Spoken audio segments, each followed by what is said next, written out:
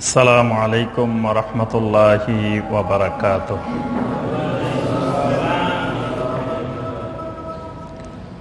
ইন্নাল হামদালিল্লাহ নাহমাদুহু ওয়া নাস্তাঈনুহু ওয়া নাস্তাগফিরুহু ওয়া নাউযু বিল্লাহি মিন শুরুরি আনফুসিনা ওয়া মিন সাইয়্যাতি আ'মালিনা।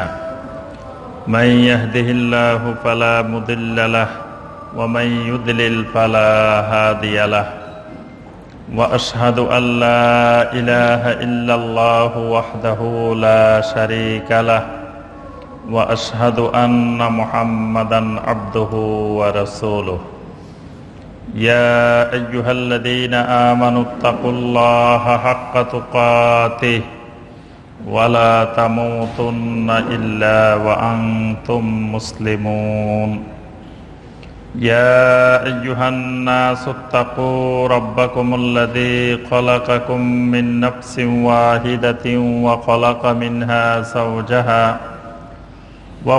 منها زوجها وبث منهما رجالا كثيرا ونساء واتقوا الله الذي تساءلون به والأرحام إن الله كان عليكم رقيبا يا أيها الذين آمنوا اتقوا الله وقولوا قولا سديدا يصلح لكم أعمالكم ويغفر لكم ذنوبكم ومن يطع الله ورسوله فقد فاز فوزا عظيما أما بعد فإن خير الحديث كتاب الله وخير الهدي هدي محمد صلى الله عليه وسلم وشر الأمور محدثاتها وكل محدثة بدعة وكل بدعة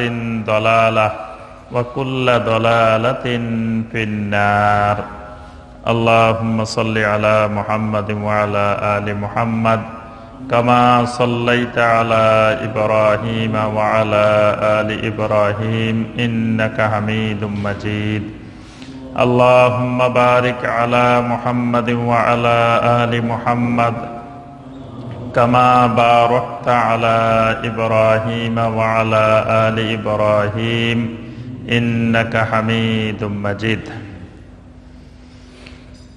সম্মানিত দিনদার মুসলিম ভাই ও বোনেরা, আল্লাহ রাব্বুল আলামিনের দরবারে কোটি কোটি শুকরিয়া যে মহান রাব্বুল আলামিন আমাদেরকে সালাতুল মাগরিবের পর থেকে শুরু করে এই পর্যন্ত অনেক গুরুত্বপূর্ণ বিষয়ে দ্বীনি আলোচনা শোনার পরে এই পর্যায়ে এসে আকীদার একটি গুরুত্বপূর্ণ বিষয় নিয়ে আমাদেরকে সংক্ষিপ্তভাবে কিছু কথাবার্তা বলার এবং শোনার যে মহান রব্বুল আলামিন তৌফিক দিয়েছেন, সে মহান রব্বুল আলামিনের শুকর আদায় করি, সকলে বলি আলহামদুলিল্লাহ।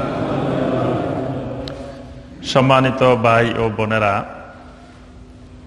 আপনারা ইতিপূর্বে শুনেছেন আজকে আমাদের আলোচনার বিষয়বস্তু কি। আমাদের আলোচনার বিষয়বস্তু হলো ইমাম আবু হানিফা রাহমাহুল্লাহের আকীদা এবং আমাদের আকীদা। অর্থাৎ ইমাম আবু হানিফা রাহমাহুল্লাহর আকীদার সাথে বর্তমানে আমরা যারা বাংলাদেশে ইমাম আবু হানিফা রাহমাহুল্লাহর অনুসারী হিসাবে দাবি করি, আমাদের আকীদার মিল আছে কিনা। ইমাম আবু হানিফা রাহমাহুল্লাহর আকীদার সাথে আমাদের আকীদার পার্থক্যগুলো কোথায়, কোন কোন আকীদায়, কোন ক্ষেত্রে আমাদের সাথে ইমাম আবু হানিফা রাহমাহুল্লাহর আকীদার সাথে মিল নেই। দুটি বিষয়, একটা ফিকহি বিষয়, একটা আকীদার বিষয়। তা আমাদের আজকের আলোচ্য বিষয় হলো আকীদাগত দিক, অর্থাৎ ইমাম আবু হানিফা রাহমাহুল্লাহর ফিকহি দিক না, ইমাম আবু হানিফা রাহমাহুল্লাহর আকীদাগত দিক। ইমাম আবু হানিফা রাহমাহুল্লাহর আকীদা এবং আমাদের আকীদা দেখা যায় আমরা প্রতি কথায় কথায় ইমাম আবু হানিফা রাহমাহুল্লাহকে সামনে নিয়ে আসি। এমনকি আমাদের সামনে একটি সহিহ হাদিস থাকলে আল্লাহ রসুল সাল্লাল্লাহু আলাইহি ওয়াসাল্লামের একটি হাদিস, যে হাদিসটি অনেক যাচাই বাছাই করে সনদ সহকারে আমাদের কাছে পৌঁছেছে, অর্থাৎ এই কথাটা যে নবী সাল্লাল্লাহু আলাইহি ওয়াসাল্লামের কথা, এই ব্যাপারে কোনো সন্দেহ নাই। এইরকম যাচাই বাছাই সহকারে সনদ সহকারে আমাদের কাছে পৌঁছেছে। তো এইরকম একটা হাদিস আমাদের সামনে আছে। পাশাপাশি ইমাম আবু হানিফা রাহমাহুল্লাহ থেকে একটা কথা আমাদের কাছে পৌঁছেছে।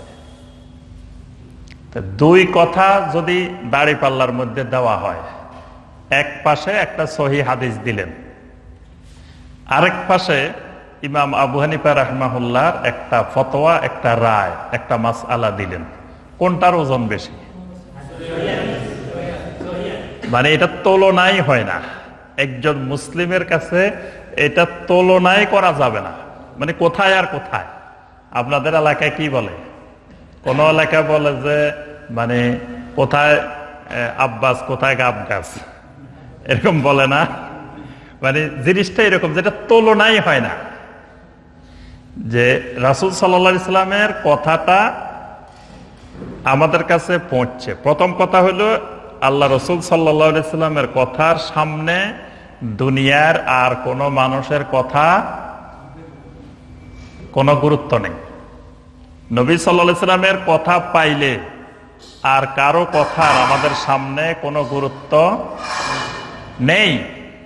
যদি নবী সাল্লাল্লাহু আলাইহি সাল্লামের কথার চাইতে অন্য কারো কথাকে বেশি গুরুত্ব দেওয়া হয়, তাহলে আপনার রিসালাতের ঈমানই নষ্ট হয়ে যাবে। রিসালাতের ঈমান মানে মৌলিক ঈমান হলো দুইটি, একটা তাওহীদের প্রতি ঈমান, একটা রিসালাতের প্রতি ঈমান।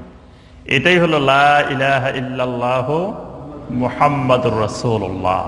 লা ইলাহা ইল্লাল্লাহ মানে তাওহীদের স্বীকৃতি, আর মুহাম্মাদুর রাসূলুল্লাহ মানে রিসালাতের স্বীকৃতি। রিসালাতের স্বীকৃতি দেওয়ার পরে কোন ব্যক্তি যদি আল্লাহ রসুল সাল্লাল্লাহু আলাইহি সাল্লামের কথার চাইতে অন্য কারো কথাকে অগ্রাধিকার দেয়, তাহলে তার রিসালাতের ঈমান নষ্ট হয়ে যাবে। এই জন্য ইমাম মালিক রাহমাহুল্লাহ আল্লাহ রসুল সাল্লাল্লাহু আলাইহি সাল্লামের কবরের সামনে দাঁড়িয়ে বলতেন। ইমাম মালিক রাহমাহুল্লাহ মসজিদে নববীর ইমামও ছিলেন। নবী সাল্লাল্লাহু আলাইহি সাল্লামের কবরের পাশে তিনি ইমামতি করতেন। তো দুনিয়ার সমস্ত মানুষকে নবী সাল্লাল্লাহু আলাইহি সাল্লামের কবর দেখাই দেখাই বলতেন, কুল্লু ইউখাযু ওয়া ইউরাদ। দুনিয়ার যত মানুষ আছে প্রত্যেক মানুষের কথা গ্রহণও করা যায়, প্রত্যাখ্যানও করা যায়। মানে আমি ইমাম হুসাইন এখানে 1 ঘন্টা আলোচনা করলাম, আপনি ইচ্ছা করলে আমি ইমাম হুসাইনের কথা ভালো লাগলে মানতেও পারেন, ভালো না লাগলে নাও মানতে পারেন। না মানলেও আপনার ইমানের কিছু হবে না, ইমানের কোনো সমস্যা হবে না।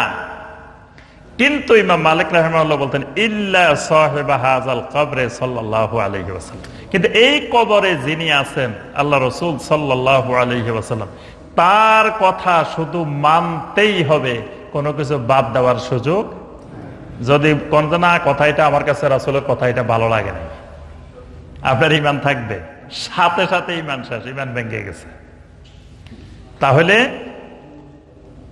একদিকে আল্লাহ রসুলের কথা, অন্যদিকে যত বড় ইমাম হোক, সেটা আবু বকর রাদিয়াল্লাহু তাআলা আনহুর কথা হোক, ওমর রাদিয়াল্লাহু তাআলা আনহুর কথা হোক, ওসমান রাদিয়াল্লাহু তাআলা আনহুর কথা হোক, আলী রাদিয়াল্লাহু তাআলা আনহুর কথা হোক, কারো কথার কোনো তুলনা করা যাবে না। দ্বিতীয় বিষয়, আল্লাহ রসুল সাল্লাল্লাহু আলাইহি সাল্লামের কথাগুলো যেভাবে আমাদের কাছে যাচাই বাছাই সহকারে আসছে, অন্য কারো কথা এত যাচাই বাছাই সহকারে আসে নাই। মানে নবী সাল্লাল্লাহু আলাইহি সাল্লামের হাদিসগুলো একেবারে শত শত মুহাদ্দিসিনে কেরাম কঠিন আকারে যাচাই বাছাই করতে করতে করতে নিখুঁতভাবে এগুলো যে আল্লাহ রসুল সাল্লাল্লাহু আলাইহি সাল্লামের কথা সন্দেহাতীতভাবে আমাদের কাছে পর্যন্ত পৌঁছেছে। এই ব্যাপারে সনদ আছে, কার থেকে কে শুনছে, কার থেকে কে শুনছে, কার থেকে কে শুনছে, কার থেকে কে শুনছে, এবং কারা এরা মাঝখানে যে একজন আরেকজন থেকে শুনছে, এদের পুরা জীবনী সহ এগুলোর পর্যালোচনা করা হয়েছে। কিন্তু ইমাম আবু হানিফা রহমতুল্লাহ আলাইহি বা ইমাম শাফি রহমতুল্লাহ আলাইহি বা ইমাম মালিক রহমতুল্লাহ আলাইহি এদের থেকে একটা কথা আমার পর্যন্ত পৌঁছছে, মাঝখানে কতজনের মাধ্যমে পৌঁছছে, এটা কি কোনো যাচাই বাছাই হয়েছে? যাচাই বাছাই হয় নাই। তাহলে উনাদের কথার সাথে সংমিশ্রণও হওয়ার সম্ভাবনা আছে। মাঝখানে একজন উনাদের কথাকে বিকৃত করে নিজের কথাকে তাদের কথা বলে চালাইও দিতে পারে, এই সম্ভাবনাও আছে। এই জন্যই একজন মুসলিমের সামনে যখন নবী সাল্লাল্লাহু আলাইহি ওয়াসাল্লামের হাদিস পাওয়া যাবে, তিনি আর কারো কথাকে সেখানে গ্রহণ করবেন না। কিন্তু অত্যন্ত দুঃখজনক বিষয় হলো, আমরা আমাদের এই জন্মভূমি মাতৃভূমিতে দেখি যে আল্লাহ রাসূল সাল্লাল্লাহু আলাইহি ওয়াসাল্লামের হাদিস পাওয়া গেলেও তিনি মানতে রাজি না। তার বক্তব্য সোজা একটাই, আল্লাহ রসুলের হাদিসও বুঝি না, কিছু বুঝি না, ইমাম আবু হানিফা রহমতুল্লাহ আলাইহি কি বলছেন। তো যদি বলেন যে না, ইমাম আবু হানিফা রহমতুল্লাহ আলাইহি যেটা বলছেন ওটার সাথে এই হাদিসের মিলে না, তাহলে একজন মুসলিম বলে কি, মানে একজন মুসলিম তিনি বলেন যে তাহলে আমি হাদিস মানলাম না, তবু আমার ইমামের কথা মানব। কারণ কি, এত বড় দুঃসাহস কেন দেখাইলেন? তার বক্তব্য হলো হাদিস এটার মধ্যে কোনো সমস্যা আছে, না হয় আমার ইমাম এটা গ্রহণ করে নাই কেন। মানে ইমামের সমস্যা নাই, সমস্যা কিসের? হাদিসের। হাদিসের সমস্যা আছে। হাদিসের সমস্যা না থাকলে আমাদের ইমাম, এত বড় ইমাম, তিনি গ্রহণ করেন নাই কেন? তাহলে আমাদের এই দেশের মুসলিমের আকীদা এই পর্যায়ে পৌঁছেছে। এই জন্যই যদি ইমাম আবু হানিফা রাহিমাহুল্লাহকে আমরা এতই মানি, এতই অনুসরণীয় হয়, তাহলে তার আকীদার ক্ষেত্রে আমরা অনুসরণ করি না কেন? দেখা যায় যে ইমাম আবু হানিফা রাহিমাহুল্লাহর আকীদার সাথে আমাদের আকীদাগত মিল নাই। ফিকহি মাসালার ক্ষেত্রে শুধু আমরা ইমাম আবু হানিফা রাহিমাহুল্লাহকে অনুসরণ করার চেষ্টা করি, তাও সব মাসালায় নয়। তো যাই হোক, এই জন্য আমাদের আলোচনার বিষয়টা এই জন্যই মূলত, যে আলোচনার বিষয় হলো ইমাম আবু হানিফা রাহিমাহুল্লাহর আকীদা আর আমাদের আকীদা, দুই আকীদা এক না, মাঝখানে কোনো পার্থক্য আছে। আমরা ইমাম আবু হানিফা রাহিমাহুল্লাহর আকীদা যদি দেখি, তাহলে দেখি আমাদের বর্তমান আমাদের আকীদার সাথে ইমাম আবু হানিফা রাহিমাহুল্লাহর আকীদার পার্থক্য আছে, অনেকগুলো পার্থক্য আছে। তো আমি সেখান থেকে 8টি মৌলিক পয়েন্ট, 8টি মৌলিক পার্থক্য, এটার আবার অসংখ্য শাখা প্রশাখা আছে। আজকে আমরা এই অল্প সময়ে আলোচনা করব ইমাম আবু হানিফা রাহিমাহুল্লাহর আকীদার সাথে আমাদের 8টি মৌলিক পার্থক্য। ইমাম আবু হানিফা রাহিমাহুল্লাহ কোন আকীদার মানুষ ছিলেন, প্রথমে এটা জানতে হবে। ইমাম আবু হানিফা রাহিমাহুল্লাহর আকীদা ছিল আকীদাতুস সালাফ, সালাফি আকীদা। সালাফি আকীদা কাকে বলে? সাহাবায়ে কেরাম, তাবেঈন, তাবেঈন, তারা রাসূলুল্লাহ সাল্লাল্লাহু আলাইহি সাল্লাম থেকে যেই আকীদা যেভাবে শিখেছেন, শুনেছেন, কোরআন এবং সুন্নাহর আলোকে আকলের চেয়ে নকলকে প্রাধান্য দিয়ে যে আকীদাটা পোষণ করেছেন, এই আকীদার নাম হলো আকীদাতুস সালাফ। কয়টা কথা বলছি এটা খেয়াল রাখতে হবে। আজকে আকীদার ক্লাস, এই জন্য একটু মনোযোগ দিয়ে শুনতে হবে, কথাগুলো বুঝতে হবে। এগুলো খুবই গুরুত্বপূর্ণ কথা, কিন্তু বুঝতে একটু কষ্ট হবে। এই জন্য আমি একটু সহজে বলার চেষ্টা করব, যাতে আমরা সহজে বুঝতে পারি বিষয়গুলো। সমাজে আপনাদের জন্য বোঝা খুবই জরুরি, কারণ আপনারা প্রতিনিয়ত সমাজে এই সমস্যাগুলোর সম্মুখীন হন। আপনি বলেন আল্লাহ রাসূলের হাদিস, আপনাকে কয় আবু হানিফা রাহমাতুল্লাহির কথা, মানে রাসূলের হাদিসের সামনে আপনার সামনে নিয়ে আসা হয় আবু হানিফা রাহিমাহুল্লাহর মাযহাব। এটা নিয়ে কিন্তু প্রতিনিয়ত সমাজের বিভিন্ন মানুষের সাথে, আপনার সাথে, আমার সাথে কিন্তু দ্বন্দ্ব হচ্ছে। এই জন্য বিষয়গুলো জানা খুবই জরুরি। ইমাম আবু হানিফা রাহিমাহুল্লাহ একনিষ্ঠ একজন সহিহ আকীদার আলেম ছিলেন। তা আমরা বলছি যে তার আকীদা সহিহ আকীদা, বিশুদ্ধ আকীদা। তিনি আকীদাতুস সালাফ, সালাফি আকীদার ইমাম ছিলেন। সালাফি আকীদা কাকে বলে সেটাও বলছি। সালাফি আকীদার 1 নম্বর শর্ত রাসূলুল্লাহ সাল্লাল্লাহু আলাইহি ওয়াসাল্লামের যে আকীদা তারও সেই আকীদা, মাঝখানে কোনো গ্যাপ থাকা যাবে না। মানে রাসূলের আকীদার সাথে তার আকীদা না মিললে কিন্তু এটা সালাফি আকীদা হবে না। সাহাবায়ে কেরামের আকীদার সাথে তার আকীদা না মিললে এটার নামও সালাফি আকীদা না। তাবেঈনে কেরামের আকীদার সাথে না মিললে এটাও সালাফি আকীদা নয়। ইমাম আবু হানিফা রাহিমাহুল্লাহ কি ছিলেন, তাবেঈ না তাবেঈ? জি, তাবেঈন ছিলেন। তাবেঈন ছিলেন, এই ব্যাপারে কোনো দ্বিমত নাই। কিন্তু তাবেঈ ছিলেন কিনা এটা নিয়ে 2-1 জন তাকে তাবেঈ বলছেন, তবে অধিকাংশ জমহুর বলছেন যে না, তিনি তাবেঈ ছিলেন না। ইমাম আবু হানিফা রাহিমাহুল্লাহ যে বয়সে পৃথিবীতে ছিলেন এই সময় 60 জন নবী সাল্লাল্লাহু আলাইহি ওয়াসাল্লামের সাহাবী জীবিত ছিলেন। কিন্তু এই 60 জন সাহাবীর যে কোনো একজনের সাথে ইমাম আবু হানিফা রাহিমাহুল্লাহর দেখা সাক্ষাৎ হয়েছে এইরকম কোনো বর্ণনা পাওয়া যায় না। এই জন্যই একতলাপটা যে 60 জন জীবিত ছিলেন। জীবিত থাকার কারণে কেউ কেউ বলছেন যে তিনি তাবেঈ, কিন্তু জীবিত থাকলেই তো তাবেঈ না। তাবেঈ হইতে হলে কিন্তু ওই সাহাবীর সাথে সরাসরি সাক্ষাৎ হইতে হবে। তো সাক্ষাৎ হয়েছে কিনা এটার যথেষ্ট দলিল প্রমাণ এরকম নাই। এজন্যই এটাকে জমহুর উলামায়ে কেরাম বলছে যে না, তিনি তাবেঈ ছিলেন না, তিনি তাবেঈন ছিলেন। আচ্ছা, তিনি যদি তাবেঈন হন তাহলে তার আকীদা নবী সাল্লাল্লাহু আলাইহি ওয়াসাল্লামের আকীদার সাথে মিলতে হবে, সাহাবায়ে কেরামের আকীদার সাথে মিলতে হবে, তাবেঈনদের আকীদার সাথে মিলতে হবে। তাহলেই তার আকীদাটা হবে আকীদাতুস সালাফ। সালাফদের আকীদার সাথে তার আকীদার মিল আছে। ইমাম আবু হানিফা রাহিমাহুল্লাহর আকীদা সালাফদের আকীদার সাথে মিল। তাহলে আমরা ইমাম আবু হানিফা রাহিমাহুল্লাহর আকীদা অনুসরণ করতে কোনো অসুবিধা নাই। ইমাম আবু হানিফা রাহিমাহুল্লাহর আকীদা আমরা পাবো কোথায়, উনি কোন আকীদার অধিকারী ছিলেন বা তিনি কোন আকীদা পোষণ করতেন, এটা আমরা জানবো কিভাবে? এটা জানার মাধ্যম হলো ইমাম আবু হানিফা রাহিমাহুল্লাহ তিনি ফিকহে আসগরের কোনো বই লেখেন নাই, বই লিখছেন ফিকহে আকবরের। মানে আমরা যে আকীদা বলি, আকীদা শব্দটা নবী সাল্লাল্লাহু আলাইহি সাল্লামের যুগে প্রচলিত ছিল না। মানে ঈমানের একটি গুরুত্বপূর্ণ বিষয় হলো আকীদা। মানে ঈমানটা অনেক ব্যাপক।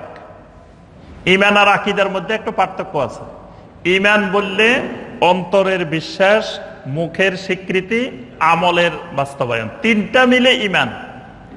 আর আকীদা মানে অন্তরের বিশ্বাসটা, মানে 3টা অংশের একটা অংশ। এই বিশ্বাসটাকে বলা হয় আকীদা।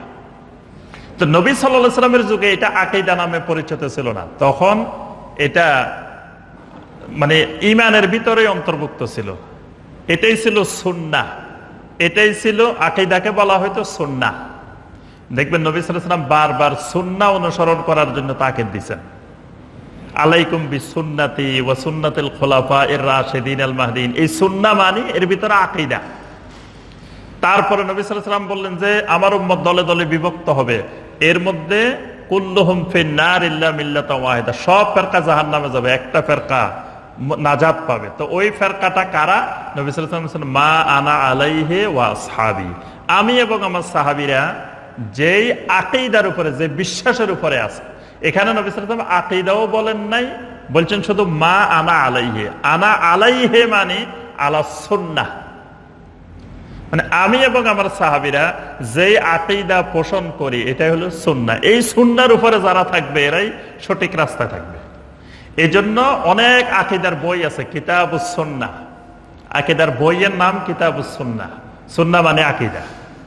তো ইমাম আবু হানিফা রাহিমাহুল্লাহর যুগে এসে আকীদাকে বলা হয়তো ফিকহে আকবর। আকীদার নাম হয় ওই যুগের আলেমেরা পুরা শরীরি মাসাইলগুলোকে 2 ভাগে ভাগ করছে, একটা ফিকহে আকবর, একটা ফিকহে আসগর। যেমন শিরক কয় প্রকার? শিরকে আকবর, শিরকে আসগর। তারপরে আপনার কুফর কয় প্রকার? কুফরও প্রথম 2 প্রকার, কুফরে আকবর, কুফরে আসগর। ঠিক ওই যুগের উলামায়ে কেরাম ফিককে 2 ভাগে ভাগ করছে, যে একটা ফিকহে আকবর, একটা ফিকহে আসগর। ফিকহে আকবর হলো আকীদা, কারণ ওই ফেক দিয়ে কোনো লাভ নাই যদি ফেকে আকবর ঠিক না হয়, বড়টা ঠিক না হয়, ছোটটা দিয়ে লাভ নেই। আব্দুল্লাহ বিন উবাই কিন্তু ছোটটা আমল করছে সব, কিন্তু বড়টা তার সমস্যা ছিল, বড় ফেকের সমস্যা, এই জন্য সে জাহান্নামী, সে মুনাফিক। এই জন্য ওই যুগের উলামায়ে কেরাম সবচেয়ে বেশি গুরুত্ব দিতেন ফেকে আকবরকে। তাহলে এই জন্যই ইমাম আবু হানিফা রাহিমাহুল্লাহ কিতাব লিখছেন আল ফিকহুল আকবর। আরেকটা তার প্রসিদ্ধ কিতাব আছে আল ফিকহুল আবসাত, এটাও আকীদার কিতাব। ফিকহুল আকবর হচ্ছে আরেকটু বড়, ফিকহুল আবসাত এটা আরেকটু বিস্তৃত, এই জন্য এটা আল ফিকহুল আবসাত নাম দিয়ে। তার এরকম কিছু আকীদার কিতাব পাওয়া যায়। তার ফিকহের রচিত ফিকহি কোনো কিতাব ইমাম আবু হানিফা রাহিমাহুল্লাহ পাওয়া যায় না। যেগুলো ফিকহি সংকলন সেগুলো হলো তার ফতোয়া বোর্ড কেন্দ্রিক, ফিকহ বোর্ড কর্তৃক সংকলিত মাসআলা। তাও কিতাব আকারে আসে নাই, পরবর্তীতে এগুলো কিতাব আকারে ইমাম মুহাম্মদ রাহিমাহুল্লাহ, ইমাম আবু ইউসুফ রাহিমাহুল্লাহ এরা কিতাব আকারে সংকলন করছেন। কিন্তু আকীদার কিতাবগুলো তার নিজের রচিত ফিকহুল আকবরের। তাহলে ওই ফিকহুল আকবরের মধ্যে আমরা যদি দেখি তাহলে ইমাম আবু হানিফা রাহিমাহুল্লাহ কোন আকীদায় বিশ্বাসী ছিলেন, আল ফিকহুল আকবর, আল ফিকহুল আবসাত, এগুলো দেখলে আমরা বুঝতে পারি তার আকীদা কি ছিল। এবার আসি আমরা ওই গ্রন্থ যদি দেখি তাহলে ওই গ্রন্থের সাথে আমাদের আকীদার পার্থক্যগুলো আমরা আলোচনা করি। 1 নম্বর পার্থক্য, ইমাম আবু হানিফা রাহিমাহুল্লাহ ফিকহি মাসআলার চাইতে আকীদাকে গুরুত্ব দিতেন বেশি, আর আমরা আকীদার চাইতে ফিকহি মাসআলাকে গুরুত্ব দিই বেশি। 1 নম্বর পয়েন্ট বুঝতে পারছেন? 1 নম্বর সমস্যা এই জায়গায়, ইমাম আবু হানিফা রাহিমাহুল্লাহ ফিকহি মাসালা মাসাইলের চাইতে, ফিকহে আসগরের চাইতে আকীদাকে গুরুত্ব দিতেন বেশি। কারণ আকীদার গুরুত্ব ইবাদতের গুরুত্বের চাইতে বেশি। আকীদা ঠিক না হলে, আকীদা বিশুদ্ধ না হলে ইবাদত দিয়ে কোনো কাজ হবে না। কেউ যদি শিরিক করে আবার অনেক আমল করছে, কোনো কাজ হবে না। আল্লাহ পাক স্পষ্ট ভাষায় বলছেন সূরা আজ-জুমারের 65 নম্বর আয়াতে, শিরিক করলে লাইয়াহবাতান্না আমালুক, আল্লাহ পাক বলছেন সমস্ত আমল নষ্ট হয়ে যাবে। তাহলে আপনি বস্তায় বস্তায় আমল করলেন, টাকে টাকে আমল করছেন, অনেক আমল আপনার, কিন্তু আবার শিরকও করছেন, তাহলে সব নিষ্ফল, সব বাতিল। কিন্তু আমল করছেন কম, কিন্তু আপনার আকীদা ঈমান বিশুদ্ধ ছিল, আপনার ঈমানের মধ্যে কোনো শিরিক ছিল না, তাহলে আপনি আমল কম করিও নাজাত পাওয়ার সম্ভাবনা আছে। কিন্তু শিরিক করে, আকীদা নষ্ট করে, কুফরি করে অনেক আমল করলেও কোনো কাজ হবে না। তাহলে এই জন্য আগে আকীদা ঠিক করতে হবে, তারপরে আমল। কিন্তু আজকে আমরা এই দেশে আমরা কি করি, আমল নিয়ে মারামারি করি, ঝগড়াঝাটি করি, বাহাসের জন্য ডাকি। দেখবেন বাহাসের জন্য ডাকতেছে কি নিয়ে, জুমার খুতবা বাংলায় হবে না আরবিতে হবে, জুমার খুতবা বাংলা বলা যাবে কিনা, এটার জন্য বাহাসের জন্য ডাকছে। তারপরে আপনার জুমার আজান, 1 আজান হবে না 2 আজান হবে, এটা নিয়ে বাহাস করতে চায়। তারপর তারাবির নামাজ 8 রাকাত হবে না 20 রাকাত হবে, এটা নিয়ে বাহাস করতে চায়। আমিন সশব্দে হবে না নিঃশব্দে হবে, এটা নিয়ে বাহাস করতে চায়। তো এই যে বিষয়গুলোকে এত গুরুত্ব দেওয়া হচ্ছে, এগুলা কি আকীদার বিষয় না ফিকহের বিষয়? জি, আচ্ছা, আকীদার বিষয়ে কোনোদিন বাহাসের ডাক দিছে এরকম শুনছেন? দেখবেন বিভিন্ন পীর সাহেবেরা সবাইকে ডাকে যে আসেন আমাদের সাথে বসেন, আমাদের সাথে বাহাস করেন, কি নিয়ে? এইসব ফিকহি মাসালা নিয়ে, তারাবি নিয়ে, তারপরে আপনার আমিন নিয়ে, হাত বাঁধা নিয়ে, এগুলো নিয়ে বসেন। কিন্তু কখনো কি তারা বলে যে আমাদের মুরব্বীরা একটা বই লিখছেন বেদে মারেফত ইয়াদে খোদা, এই বই দেখছেন কোনোদিন? আচ্ছা, বেদে মারেফত নিয়ে বসেন, বাহাস করব আমরা, এরকম বলতে শুনছেন কোনোদিন?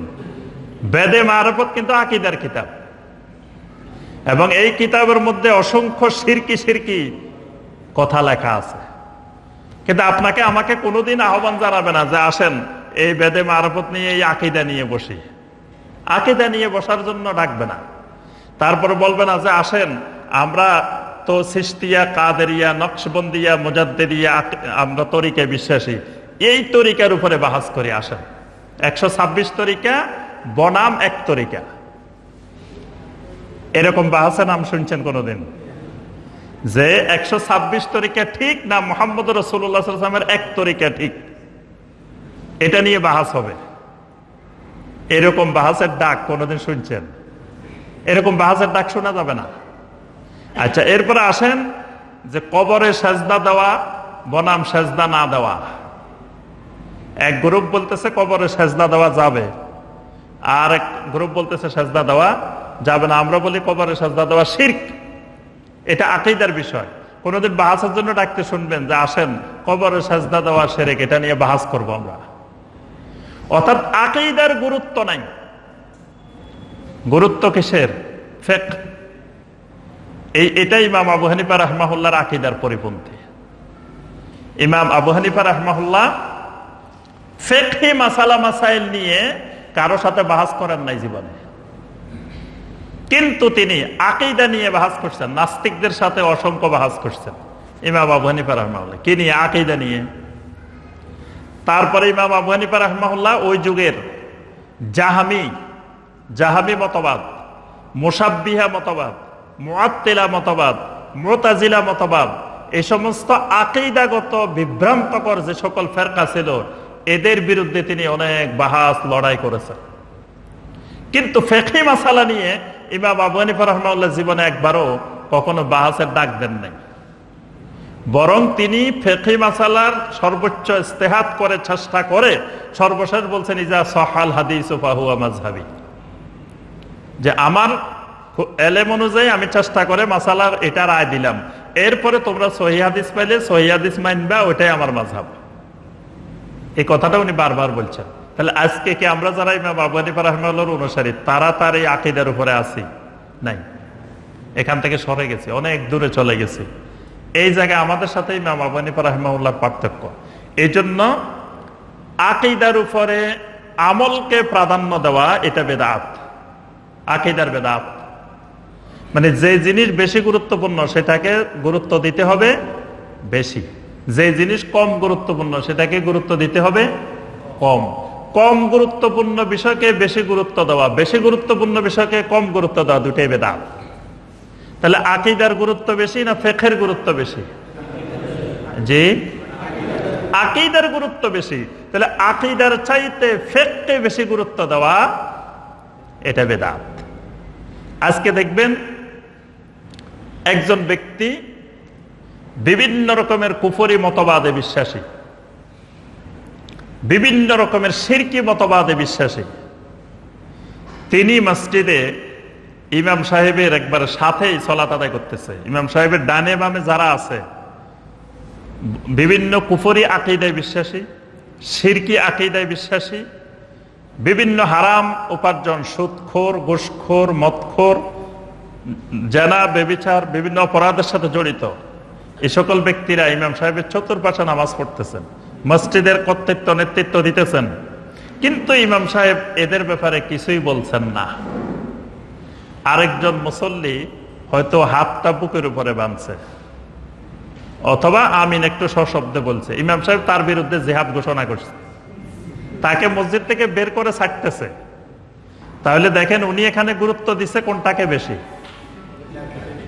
ফিকহি মাসালাকে গুরুত্ব দিয়ে জিহাদ ঘোষণা করে দিচ্ছে, মসজিদ থেকে বের করে দিচ্ছে একটা আমলের ইখতিলাফের কারণে। কিন্তু তার পিছনে যে কুফরি আকীদার লোকেরা আছে, একটা কুফরি আকীদার লোককে উনি বাইর করে নেই, একটা শিরকি আকীদার লোককে কোনোদিন মসজিদ থেকে বের করে নেই। একজন মদখোর, ঘুষখোর, সুদখোরকে উনি মসজিদ থেকে বের করে নেই। কোন ইমাম সাহেবকে কখনো বলতে শুনছেন যে খবরদার আমার পিছনে কোনো মদখোর নামাজ পড়বেন না, কোন সুদখোর আমার পিছনে নামাজ পড়া যাবে না, কারণ আমি বড় বুজুর্গ মানুষ, আমার পিছনে কোনো কুফরি আকীদা, শিরকি আকীদার মানুষ নামাজ পড়তে পারবেন না, এরকম বলতে শুনছেন।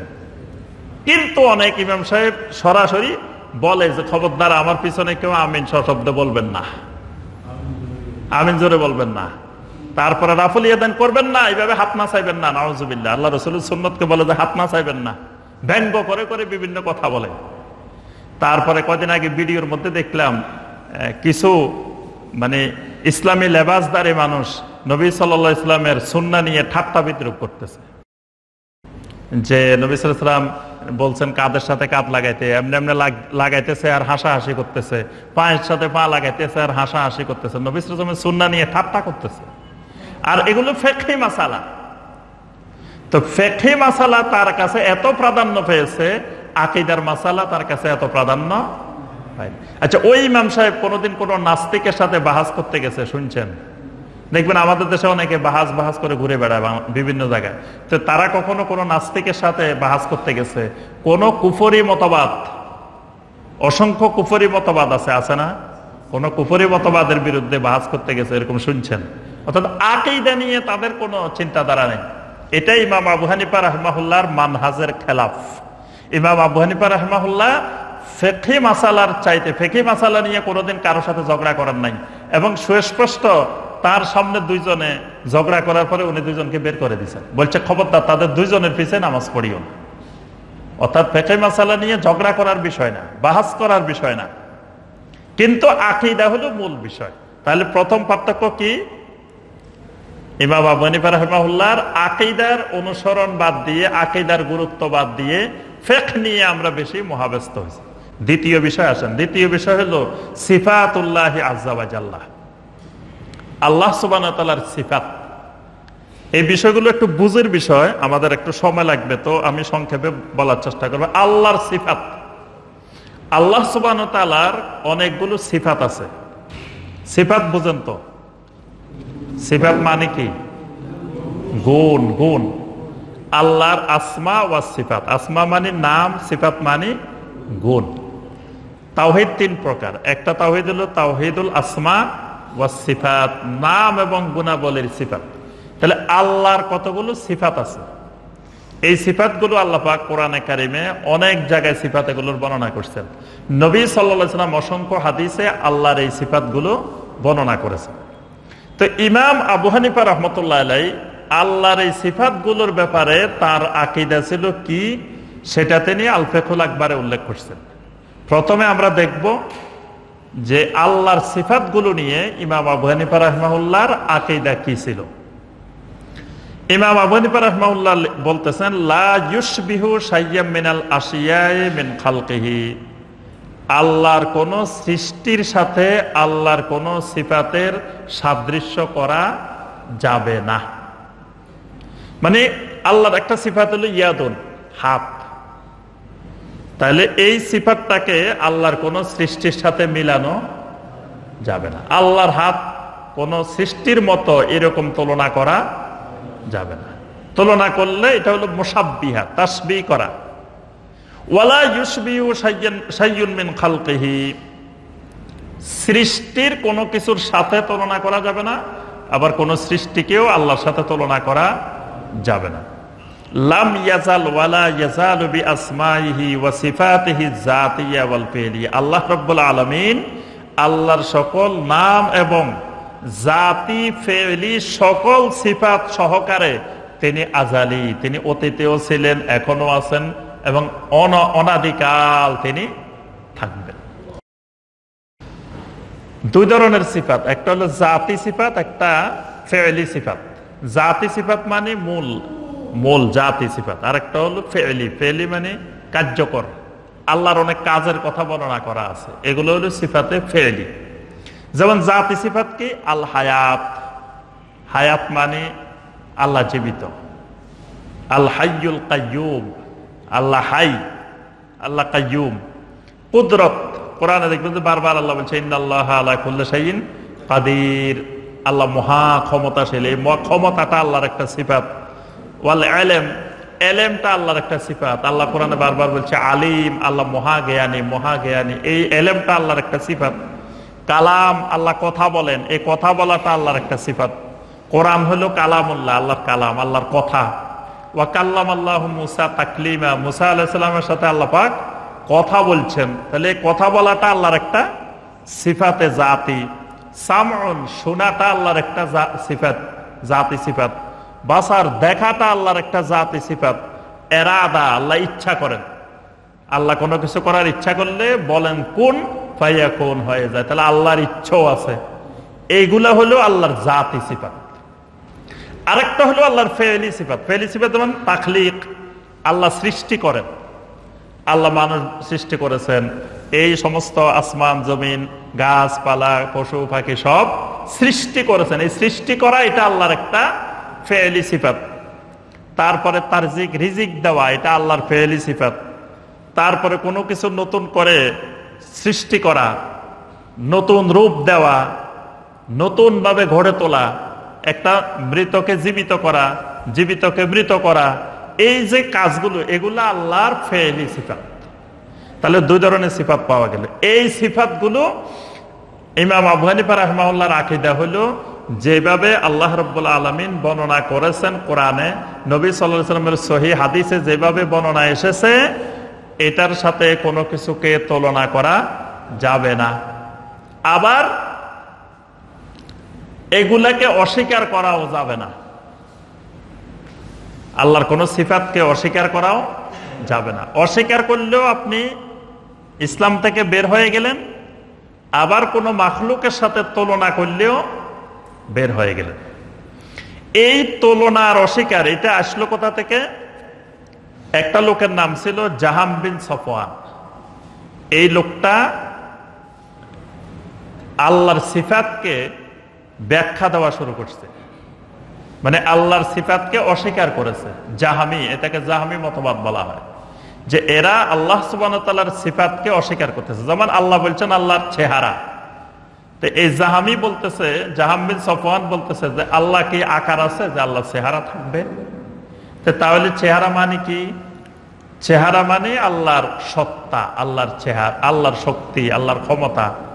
আচ্ছা, আল্লাহ হাতের কথা বলছেন, ইয়াদুন বলছেন, ইয়াদুন মানে হাত, আল্লাহর কি হাত আছে? তাহলে হাত মানে কি? হাত মানে কুদরত, আল্লাহর ক্ষমতা, আল্লাহর শক্তি।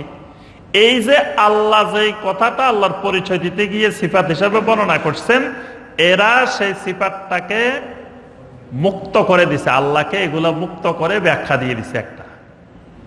আবার মুকাতিল ইবনে সুলাইমান নামে আরেক ব্যক্তি আল্লাহর যত সিফাত আছে এগুলোকে মাখলুকের সাথে তুলনা করছে। বলে যে আল্লাহর হাত আছে, তবে এটা আমাদেরটা ছোট, আল্লাহটা বিশাল। ধরেন আমাদের এরকম একটা হাত, আল্লাহটা এরকম 1,00,000 হাতের মতো। নাউজুবিল্লাহ। এটাও খারাপ, এটাও বাতিল আকীদা। আবার আল্লাহর হাতকে ব্যাখ্যা দেওয়া, এটাও বাতিল আকীদা। ইমাম আবু হানিফা রাহিমাহুল্লাহ এবং আপনার সালাফে সালেহিন, সাহাবায়ে কেরাম, তাবেঈন, তাদের সবার আকীদা ছিল আল্লাহ যেভাবে বলছেন এইভাবে বিশ্বাস করতে হবে। এটাকে ব্যাখ্যা করে অন্য দিকেও যাওয়া যাবে না, আবার এটাকে সৃষ্টির সাথে তুলনাও করা যাবে না। সিফাতে জাতিয়ার মধ্যে আরো আছে আল উলুবু, আল ইয়াদু, আল ওয়াজহু, আন নাফস। যেমন আল্লাহর হাতের কথা আছে, আল্লাহর চেহারার কথা আছে, আল্লাহর নফসের কথা আছে। সিফাতে পেলিয়ার মধ্যে আছে আল ইস্তিওয়া ওয়ান নুজুল ওয়াল গাদাব ওয়ার রিদা ওয়াল মুহাব্বা। কোরআনে আছে আর রহমানু আলাল আরশি ইস্তাওয়া, আল্লাহ আরশের উপরে আরোহণ করেন। তা আল্লাহ আরশের উপরে এই যে আরোহণ করা, এটা কিন্তু আল্লাহর একটা সিফাত। এখন আপনি যদি বলেন আল্লাহ কেমনে আরোহণ করে? আল্লাহ কি আকার আছে? আরোহণ করতে হলে আকার লাগে না? তাহলে আল্লাহর যেহেতু আকার নাই, তাহলে আর আরোহণ তো আরোহণ না, তাহলে এটার অন্য একটা অর্থ আছে। এবার আপনি এটার ব্যাখ্যা দেওয়া শুরু করবেন। আবার যদি মনে করেন যে না আল্লাহ আরোহণ করেন, তাহলে আল্লাহর একটা বডি আছে আমাদের মতো। দুটাই বাতিল আকীদা। এই ক্ষেত্রে সঠিক আকীদা, সহিহ আকীদা হলো যে আল্লাহ আরোহণ করেন বলছেন, আমার কাজ হলো শুধু বিশ্বাস করা। কিভাবে আরোহণ করেন, কখন আরোহণ করেন, কখন অবতরণ করেন, এইগুলো আমার চিন্তা গবেষণা করার দরকার নাই। কিন্তু আমি আবার অস্বীকারও করা যাবে না যে আল্লাহ আরোহণ করেন না। আল্লাহ বলতেছেন তিনি আরোহণ করেন, আমি বললাম যে না না না, খবরদার, তিনি আরোহণ করেন না। দুটাই আমি সহিহ আকীদা থেকে বিচ্যুত হয়ে গেলাম। আল্লাহর হাত, আল্লাহর চেহারা, আল্লাহর গজব, গজব মানে আল্লাহ রাগ করেন, আল্লাহ সন্তুষ্ট হন, আল্লাহ মহব্বত করেন, এগুলো আল্লাহর এক একটা সিফাত। এই সিফাতগুলোর ব্যাপারে ইমাম মালিক রাহিমাহুল্লাহ একটা সুন্দর কথা বলছেন, এবং এটাই ইমাম আবু হানিফা রাহিমাহুল্লাহর আকীদা।